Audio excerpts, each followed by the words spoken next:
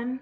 My name is Milena and I'm a third-year student at the University of Toronto studying physiology and immunology. Today, I'm going to be showing you how to make a tornado in a bottle. Tornadoes are a very powerful force of nature and they can cause a lot of destruction. You can't make a tornado inside, but you can recreate one doing this very simple experiment. Here are the materials you'll need to do this experiment. Glitter or food coloring are optional, but they will help you see the tornado better. Fill your container about 3/4 full with clean water.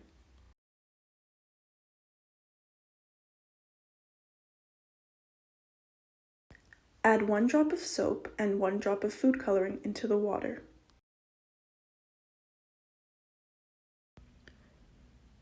Seal the container tightly.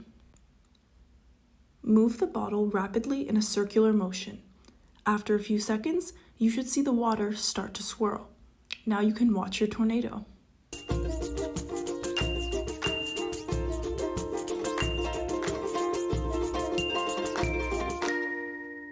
The tornado in your bottle is caused by the centripetal force.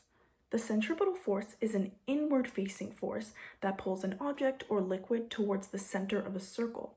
Because it's pulling it towards the center, it causes a circular motion. If no other forces are acting on this object and the centripetal force continues, then the circular motion will never stop. This is due to something called inertia, which is the tendency of an object to remain on the same path, unless acted on by other forces. So in this case, it will remain on the circular path. When you move the bottle of water around in a circular motion, you create a vortex that looks kind of like a tornado. This is because the centripetal force is pulling the water towards the center, but because the water is moving so fast, it ends up just going around the center.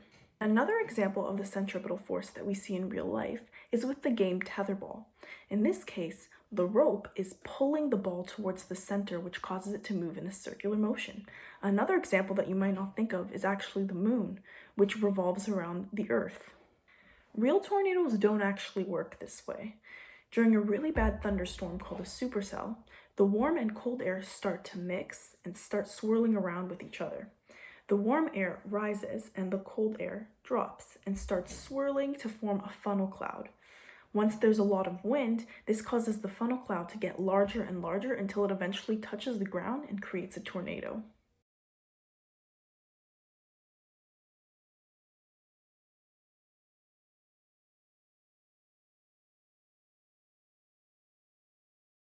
Thank you everyone for watching. Make sure to follow us on Facebook, TikTok, and Instagram, and subscribe to our YouTube channel. Send us a picture of your tornado in a bottle. Bye!